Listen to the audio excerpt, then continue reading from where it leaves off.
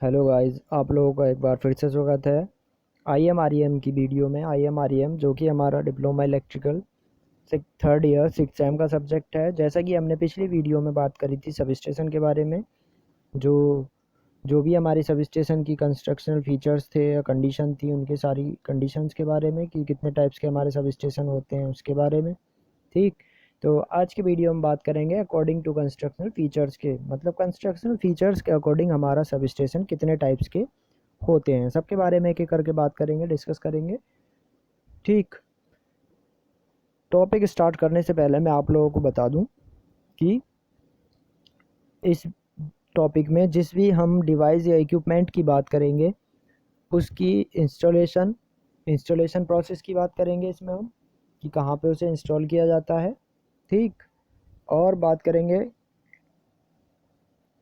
कि क्यों इंस्टॉल किया जाता है, मतलब उस डिवाइस को लगाने का क्या पर्पस हमारा इसके अंदर होता है। ठीक, तो ये तो कंडीशन है हमारी इंस्टॉलेशन की, कि सब स्टेशन हमारा कैसे इंस्टॉल किया जाता है और उसमें कौन कौन सी कंडीशन इंस्टॉलेशन की आती हैं। ठीक है। फिर अगर हम बात करें जो भी हमने इसके अंदर डिवाइस या इक्विपमेंट्स यूज़ किए हैं उनका रिपेयर और मेंटेनेंस कैसे किया जाता है, तो जितने भी हमारी इसके अंदर डिवाइस या इक्विपमेंट्स आएंगे सबका मैंने वन बाय वन रिपेयर और मेंटेनेंस आप लोगों को लिखवाया है, जिसमें कि हमारी प्रिवेंटिव मेंटेनेंस भी आप लोगों को लिखवाई है मैंने, और प्रोग्राम प्रिवेंटिव मेंटेनेंस भी लिखाई है। ठीक है, इस बाकी डिस्कस करते हैं, टॉपिक स्टार्ट करते हैं। टॉपिक के बीच में बताएंगे आप लोगों की कैसे हमें आगे इस पे वर्क करना है।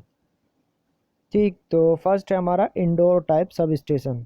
जैसा कि इसमें हमने अलग अलग कैटेगरी में रखा हुआ है, इंडोर टाइप, आउटडोर टाइप और अंडरग्राउंड पोल माउंटेड और प्लेन सब स्टेशन। तो आप लोगों के इसमें सिलेबस में केवल हमारे पोल माउंटेड है और प्लेन सब स्टेशन है। और एक और दिया हमारे इसमें सिलेबस में, न्यू सिलेबस में अगर देखें हम, तो ग्रिड सब स्टेशन हो या पोल माउंटेड हो या फिर हमारा इंडोर आउटडोर कोई भी सब स्टेशन हो, वो सारे हमारी वर्किंग सेम ही होगी इसमें। ठीक, तो इंडोर सब स्टेशन की अगर हम बात करें तो इंडोर नाम से पता लग रहा होगा, इंडोर मतलब किसी बिल्डिंग या रूम के अंदर इंस्टॉल किया हुआ सब स्टेशन हमारा क्या कहलाएगा, इंडोर सब स्टेशन कहलाएगा। ठीक, अगर इसकी हम कैपेसिटी की बात करें तो इसकी कैपेसिटी हमारी 11 केवी के लिए होती है, मतलब 11 केवी तक की इसकी कैपेसिटी के लिए इंस्टॉल किए जाते हैं। और इसके अगर हम बात करें, इसके आगे देखें कि इन सब स्टेशन रूम में स्विच गियर और ट्रांसफार्मर आदि लगाए जाते हैं, मतलब जो भी इसके अंदर हम स्विच गियर या प्रोटेक्शन डिवाइस यूज़ करते हैं वो सारी कहाँ होती हैं, हमारी बिल्डिंग या उसी रूम के अंदर होती हैं। इसीलिए इसे क्या कहते हैं हम, इंडोर टाइप सब स्टेशन कहते हैं। ठीक, अब इसके आगे बात करें इसमें हम कि सब स्टेशन को सप्लाई ओवरहेड लाइन द्वारा दी जाती है। इस सब स्टेशन में क्या है, सप्लाई हमारी ओवरहेड लाइन द्वारा दी जाएगी। और इसके जो भी high high voltage fuse set होंगे वो बाहर की तरफ लगाए जाएंगे पोल्स पर। ठीक, ये कंडीशन है हमारी जब हमारी ओवरहेड सप्लाई होगी। अगर हम इसमें सब स्टेशन में अंडरग्राउंड सप्लाई देंगे तो इसके अंदर बने पैनल सेट लगा दिए जाएंगे, इसमें जो पैनल सेट होंगे वो इसी के अंदर लगा दिए जाएंगे। ठीक, मतलब जो भी हमारे अंदर रूम होगा या बिल्डिंग होगी उसी के अंदर उसमें पैनल को सेट कर दिया जाएगा। ये आगे बताएंगे कि हमारे पैनल पर कौन कौन सी डिवाइस या इक्विपमेंट्स रहती हैं इसके अंदर। ठीक, तो ये तो है हमारे इंडोर सब स्टेशन की कंडीशन। बाकी इसके इक्विपमेंट्स और डिवाइस हम आगे पढ़ेंगे, जो कि हमारे सारे सब स्टेशन की सेम ही होती हैं लगभग। ठीक, जो भी हम इक्विपमेंट्स और डिवाइस यूज़ करते हैं वो सारे सब स्टेशन की लगभग सेम ही होती हैं, तो वो हम आगे डिस्कस करेंगे। जैसा कि सेकंड पॉइंट में दिखाया हुआ है हमें इसमें कि आउटडोर सब स्टेशन हमारे क्या होते हैं, जो भी जितने भी हमारे बाहर या खुले स्थानों पर लगे हुए होते हैं, मतलब ओपन प्लेसेस पर जितने सब स्टेशन हमारे बने हुए होते हैं वो हमारे सारे आउटडोर सब स्टेशन कहलाते हैं। उसी के अंदर हमारे पोल माउंटेड आ जाएगा और उसी में हमारा प्लेन माउंटेड सब स्टेशन आ जाएगा। ठीक, या कह सकते हैं कि आउटडोर के ये टाइप हमारे होते हैं।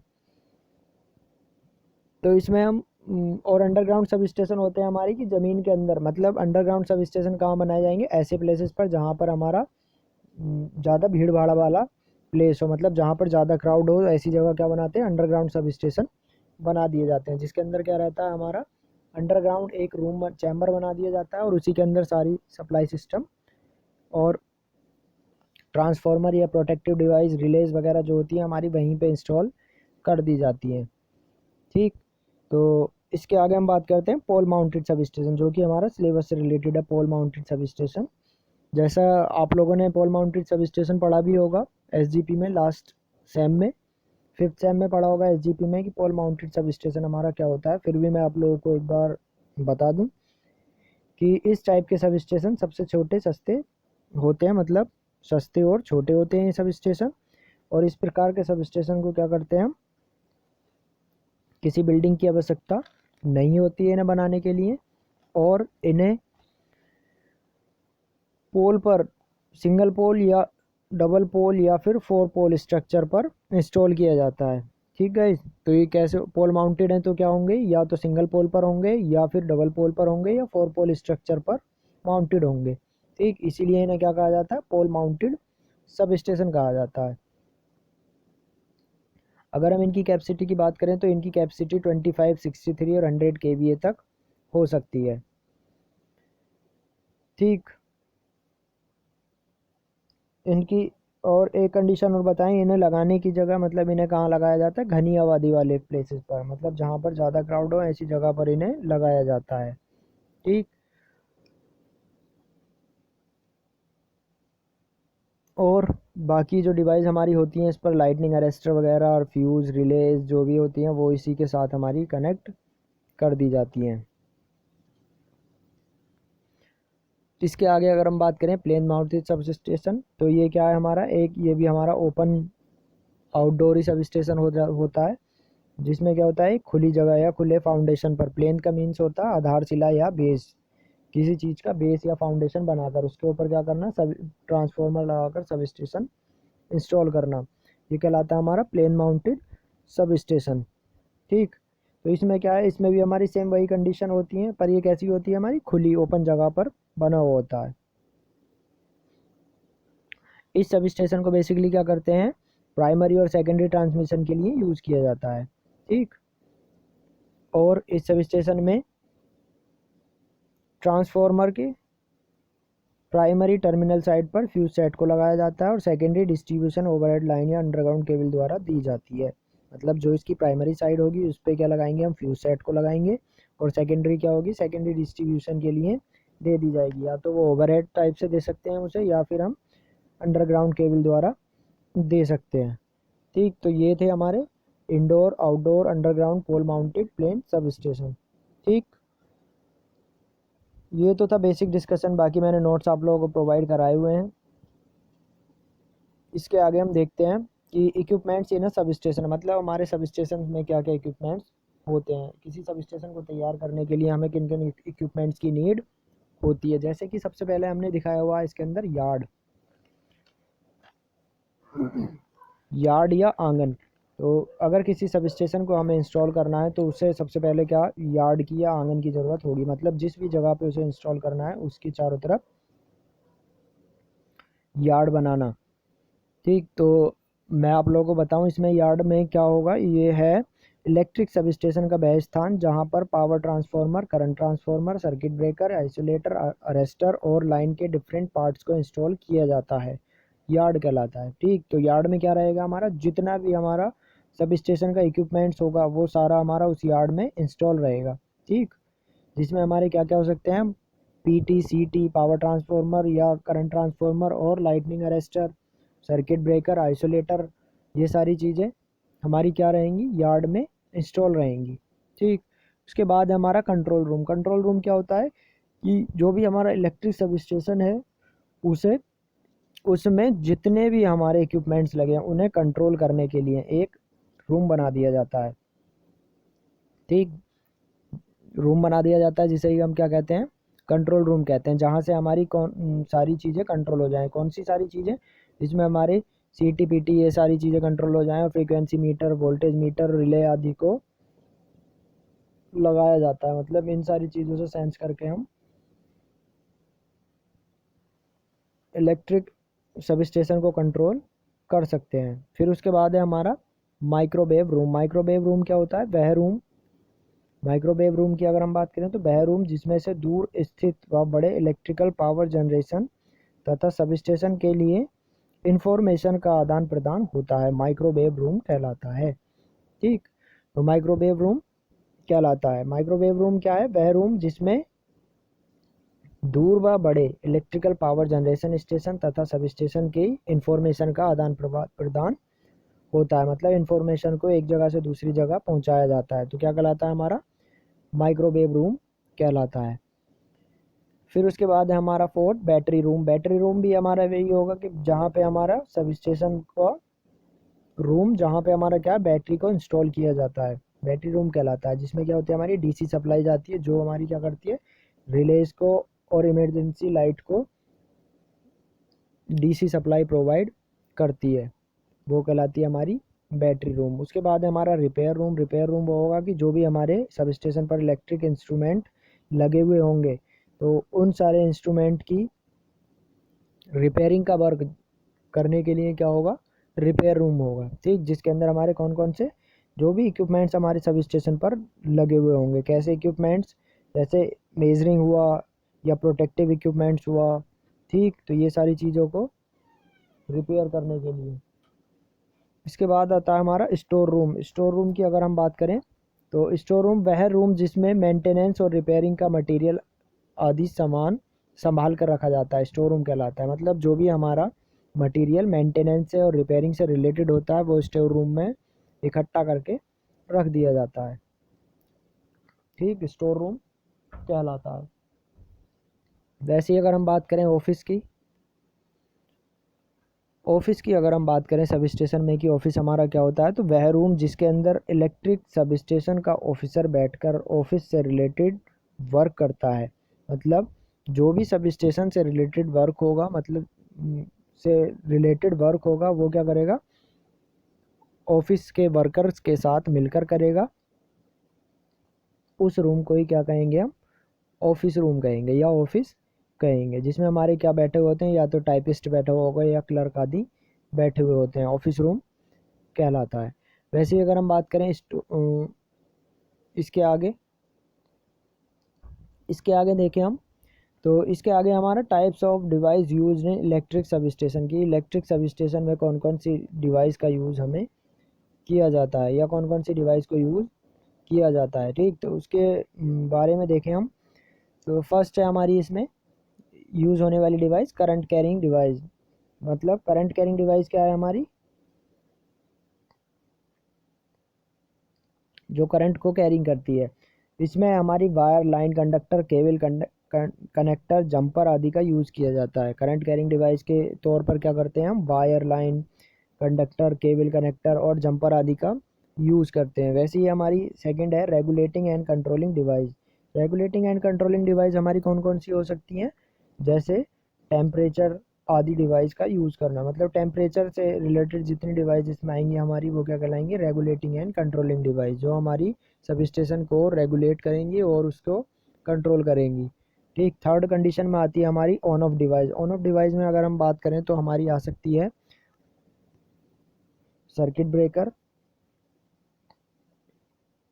ठीक, और आइसोलेटर। ये सारी चीज़ें क्या होंगी? हमारी ऑन ऑफ डिवाइस होंगी सब स्टेशन की कंडीशन में। फोर्थ कंडीशन में अगर हम बात करें तो मेजरिंग डिवाइस। मेजरिंग डिवाइस वो सारी डिवाइस होंगी हमारी जिनके द्वारा हम उसमें क्वांटिटी को मेज़र करेंगे, जैसे ammeter, volt meter, power factor metre, watt meter, frequency meter और टेम्परेचर मीटर।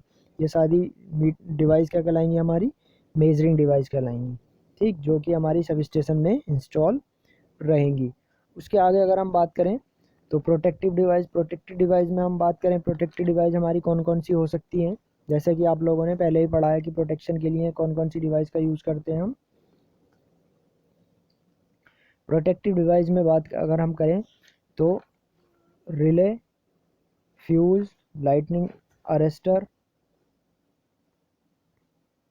अरेस्टर, प्लग्स और अर्थिंग, ये सारी डिवाइस क्या कहलाएंगी? हमारी प्रोटेक्टिव डिवाइस कहलाएंगी। ठीक, जो कि हमारा सब स्टेशन पे लगी इक्विपमेंट्स को प्रोटेक्शन प्रोवाइड करेंगी। ठीक, इसके बाद है हमारा ट्रांसफॉर्मेशन रेशियो। ट्रांसफॉर्मेशन रेशियो क्या कहलाएगा? कि इलेक्ट्रिक डिवाइस में power transformer, current transformer, potential transformer आदि का यूज़ किया जाता है, जिसकी वजह से क्या होती है? हमारी ट्रांसफॉर्मेशन रेशियो बनी रहती है। फिर उसके बाद है हमारा कन्वर्टिंग डिवाइस का मीनिंग यही है कि एसी को डीसी में कन्वर्ट करना, फ्रीक्वेंसी चेंज करना। ठीक, तो उसके लिए हम यूज़ करेंगे, जैसे कौन कौन सी डिवाइस कन्वर्टिंग डिवाइस हो सकती है हमारी, रेक्टिफायर, कन्वर्टर्स, इन्वर्टर्स और मोटर, जनरेटर, ये सारी चीज़ें क्या कहलाएंगी हमारी, इसमें कन्वर्टिंग डिवाइस कहलाएंगी। ठीक,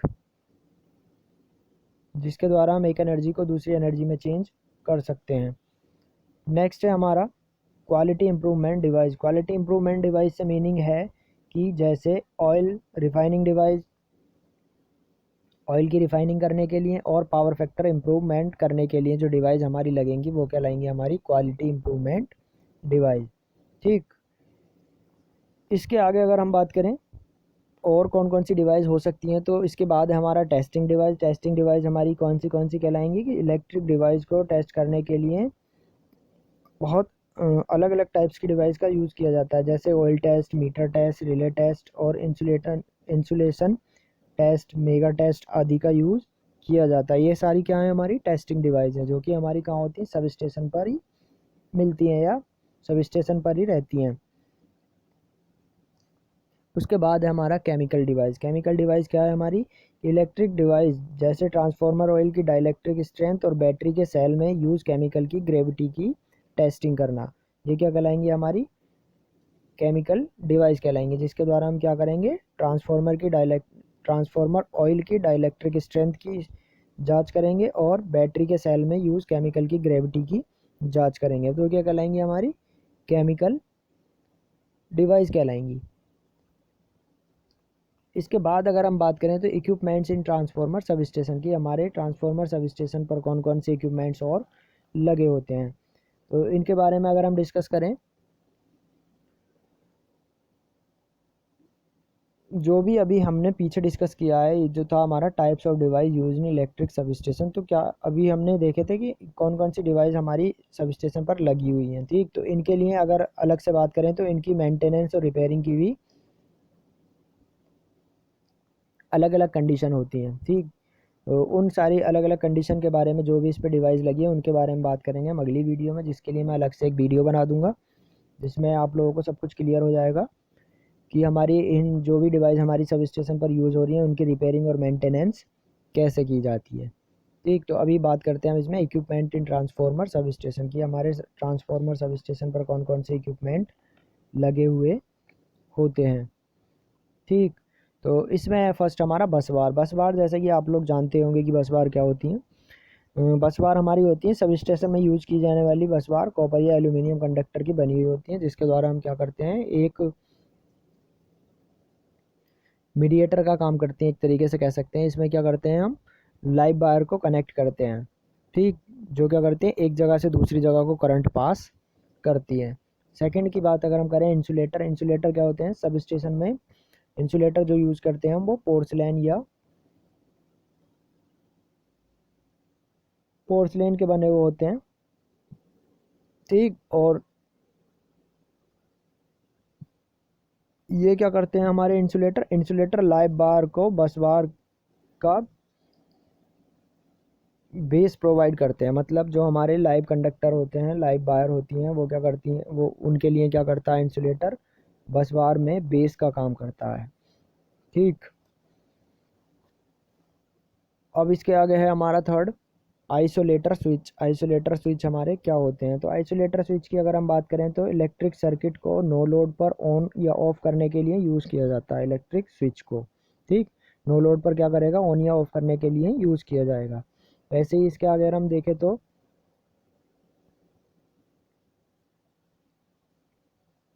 इसके आगे बात करें हम फ्यूज़,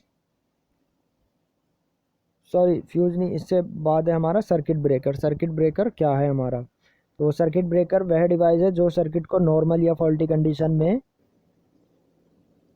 ऑन या ऑफ करने के लिए यूज़ किया जाता है, सर्किट ब्रेकर कहलाती है हमारी। ठीक, सर्किट ब्रेकर क्या है हमारी, वह डिवाइस है जो नॉर्मल या फॉल्टी कंडीशन में सर्किट को ऑन या ऑफ करने के लिए यूज़ की जाती है, सर्किट ब्रेकर कहलाती है। ठीक, तो उसका भी यूज़ हम करते हैं इसमें सब स्टेशन में। उसके बाद है हमारा फ्यूज़। फ्यूज़ क्या है हमारा, फ्यूज़ एक प्रोटेक्टिव डिवाइस है हमारी जो क्या करती है, ओवर करंट से होने वाले लॉसेस से प्रोटेक्शन प्रोवाइड करती है। ठीक, मतलब जो भी हमारे ओवर करंट की वजह से लॉसेस होने के चांसेस रहते हैं उनसे प्रोटेक्शन प्रोवाइड करती है। इसके आगे अगर हम बात करें तो प्रोटेक्टिव रिले क्या होती है हमारी? प्रोटेक्टिव रिले भी हमारी वैसे ही काम करेंगे कि ये क्या करेंगे, इलेक्ट्रिक फॉल्ट तथा ओवरलोड से इक्विपमेंट्स की प्रोटेक्शन के लिए लगी हुई होती हैं, प्रोटेक्टिव रिले कहलाती हैं।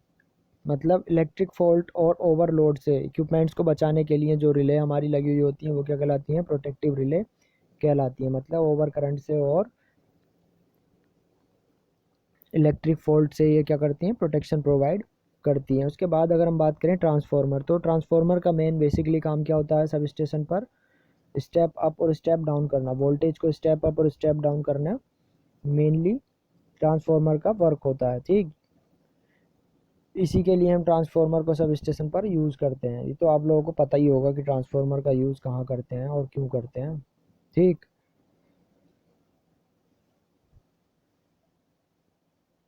वैसे ही हमारा नेक्स्ट है करंट ट्रांसफार्मर, और उसके बाद है हमारा पोटेंशियल ट्रांसफार्मर, उसके बाद है इंडिकेटिंग एंड मेजरिंग डिवाइस, और लास्ट है हमारा पैनल बोर्ड। सीटी करंट ट्रांसफार्मर क्या क्या करता है हमारा कि एसी सर्किट में लगाया जाता है, और इसके द्वारा क्या करते हैं? इंडिकेटर और मेजरिंग डिवाइस, मतलब हमारे इसमें सब स्टेशन पर जितने भी इंडिकेटर और मेजरिंग डिवाइस होती है उनकी करंट कॉइल में सप्लाई प्रोवाइड की जाती है इसके द्वारा। इंडिकेटर या मेजरिंग डिवाइस कौन कौन सी हो सकती हैं इसमें हमारी? Ammeter, volt meter, energy meter और प्रोटेक्शन या प्रोटेक्टिव मीटर, ये सारी क्या होती हैं? इनकी करंट कॉइल में इसके द्वारा सप्लाई प्रोवाइड की जाती है। ठीक, वैसे ही अगर हम बात करें पोटेंशियल ट्रांसफार्मर की, तो ये क्या है? 500 वोल्ट से अधिक वोल्टेज पर, मतलब 500 वोल्टेज से अधिक वोल्टेज पर इंडिकेटर या मेजरिंग डिवाइस की कॉइल्स में सप्लाई प्रोवाइड करता है। 500 वोल्ट से ऊपर वाली जितनी सप्लाई वोल्टेज होंगी उनमें इंडिकेटर और मेजरिंग डिवाइस में सप्लाई प्रोवाइड करेगा। ठीक, इसीलिए हम इसमें करते हैं पोटेंशियल ट्रांसफार्मर का यूज़। उसके बाद है हमारा indicator and measuring device. Indicator और मेजरिंग डिवाइस में क्या है हमारी कि सर्किट में करंट, वोल्टेज, पावर, एनर्जी और फ्रीक्वेंसी, इन सारी चीज़ों को मेज़र करने के लिए, इंडिकेट करने के लिए जिस डिवाइस का यूज़ किया जाता है उसे हम कहते हैं इंडिकेटर मेजरिंग डिवाइस। तो इसके लिए कौन कौन सी डिवाइस हो सकती है हमारी? Ammeter, volt meter, energy meter, ये सारी चीज़ें क्या है हमारी? एक इंडिकेटर या मेजरिंग डिवाइस होती हैं। इसके बाद हम बात करें पैनल बोर्ड।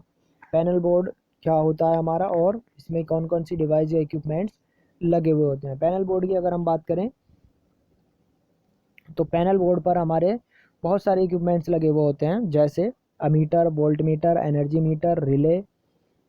ठीक, रिले और हमारे जितने टर्मिनल्स होते हैं, इनपुट आउटपुट टर्मिनल्स भी हमारे पैनल बोर्ड पर लगा दिए जाते हैं कुछ जगह पे। ठीक, तो पैनल बोर्ड में बेसिकली हमारे मेजरिंग या इंडिकेटिंग डिवाइस लगाने के लिए बने हुए होते हैं। ठीक, जिन पर हमारी कौन कौन सी डिवाइस लगी हुई होती है? अमीटर, वोल्ट मीटर और एनर्जी मीटर और रिले, ये सारी चीज़ें हमारी पैनल बोर्ड पर लगी हुई होती हैं। ठीक, या कह सकते हैं कि इन सारी चीज़ों को लगाने के लिए पैनल बोर्ड का यूज़ किया जाता है। ये तो थी हमारी सब स्टेशन की कंडीशन। सब स्टेशन हमारी कितने टाइप्स की होती हैं, और सब स्टेशन में हमारे कितने पार्ट्स होते हैं, क्या क्या उसकी कंडीशन होती हैं, डिवाइस कौन सी यूज़ करते हैं उसके अंदर हम, और इक्विपमेंट्स हमारे कौन कौन से उसके अंदर लगे हुए होते हैं। ठीक है, अब क्या है इसके अंदर जो भी हम इक्विपमेंट्स यूज़ कर रहे हैं उनकी मेंटेनेंस और रिपेयरिंग का वर्क अलग अलग है। सबका रिपेयरिंग और मेंटेनेंस का वर्क अलग अलग है। ठीक, इनमें से कुछ पार्ट्स की रिपेयरिंग और मेंटेनेंस के वर्क आप लोगों के सिलेबस में भी दिए हुए हैं, मैंने आप लोगों को कराए भी हैं क्लास में। ठीक, बाकी जो इसमें कुछ पार्ट्स बचे हुए हैं वो मैं आप लोगों को अगली वीडियो में सारे टॉपिक क्लियर कर दूंगा। सब स्टेशन में अभी इतना ही था, मतलब सब स्टेशन हमारा टॉपिक पूरा कंप्लीट हो गया होगा। आई होप सबको समझ में भी आया होगा अच्छे से। बाकी और आप लोग एग्ज़ाम की तैयारी कीजिए, अच्छे अच्छे मार्क्स लेकर आइए सारे लोग। ठीक, इसके आगे अगर हम बात करें बेसिकली, तो ट्रांसफार्मर को 2-3 टाइप्स में और डिवाइड किया हुआ है, वो आप लोग देख लेना। On the basis of the controlling sub station, मतलब कंट्रोलिंग सब स्टेशन के अकॉर्डिंग ट्रांसफार्मर को अलग टाइप्स में डिवाइड किया हुआ है। जिसमें हमारा दिखाया हुआ है manually operated, automatic operated sub station और सुपरवाइजरी सब स्टेशन। इसमें क्या है, बहुत सिंपल सी चीज़ है हमारी। मैनुअली क्या है, हमारा मैनुअली ऑपरेट होने वाला सब स्टेशन मैनुअली ऑपरेटेड कहलाएगा, और ऑटोमेटिक ऑपरेट होने वाला sub station automatic operated sub station कहलाएगा, और सुपरवाइजरी किसी सुपरवाइज़र के द्वारा ऑपरेट होने वाला sub station supervisory sub station कहलाएगा। ठीक, तो ये सिंपल सी बेसिक से टाइप हैं इसके। इसके आगे अगर हम बात करें तो on the basis of the nature of electricity, मतलब नेचर इलेक्ट्रिसिटी के नेचर के बेस्ड पर हमारे कितने टाइप्स के होते हैं। तो इसमें भी हमारे 3 टाइप्स में किए हुए हैं, DC electric sub station, AC electric sub station, AC and DC sub station. ठीक, तो ये भी क्या है, हमारे नेचर के अकॉर्डिंग अलग अलग सब स्टेशन है। इसके बाद अगर हम बात करें तो on the basis of operating voltage की, ऑपरेटिंग वोल्टेज के अकॉर्डिंग हमारे सब स्टेशन को किस किस पार्ट्स में डिवाइड किया गया है। तो जैसा हमने फर्स्ट कंडीशन दिख रही है कि लो वोल्टेज क्या है हमारा 11 केवी से कम, 11 केवी से कम वोल्टेज वाले सब स्टेशन को क्या कहेंगे हम, लो वोल्टेज सब स्टेशन। वैसे ही हमारा हाई वोल्टेज के लिए 11 से 66 केवी, तो ये क्या कहलाएंगे, हमारे हाई वोल्टेज सब स्टेशन कहलाएंगे। थर्ड है हमारा एक्स्ट्रा हाई वोल्टेज, जो कि हमारा कितना 132 केवी से 400 केवी, ये क्या कहलाएंगे, हमारे एक्स्ट्रा हाई वोल्टेजेस कहलाएंगे। उसके बाद हमारा फोर्थ है अल्ट्रा हाई वोल्टेज, जो कि हमारे क्या है 400 केवी से ऊपर वाले वोल्टेजेस हैं, वो क्या कहलाएंगे, हमारे अल्ट्रा हाई वोल्टेजेस। तो ये थी बेसिकली सब स्टेशंस की क्लासिफिकेशन, कंट्रोलिंग के अकॉर्डिंग उनकी नेचर की, इलेक्ट्रिसिटी नेचर के अकॉर्डिंग और ऑपरेटिंग वोल्टेज के अकॉर्डिंग क्या क्या उसके टाइप्स हो सकते हैं। ठीक है, तो सब स्टेशन में अभी के लिए इतना ही। आगे और जो टॉपिक आएंगे मैं आप लोगों को सब क्लियर करा दूंगा। ठीक, अगर वीडियो पसंद आई हो तो लाइक करें, शेयर करें, और फ्रेंड्स के साथ शेयर करना ना भूलें, जिससे बाकी लोगों को भी हेल्प हो सके। और चैनल को सब्सक्राइब करें, जिससे कि आप लोग हमारी और अच्छी अच्छी वीडियोस पा सकें आसानी से। अभी के लिए थैंक यू।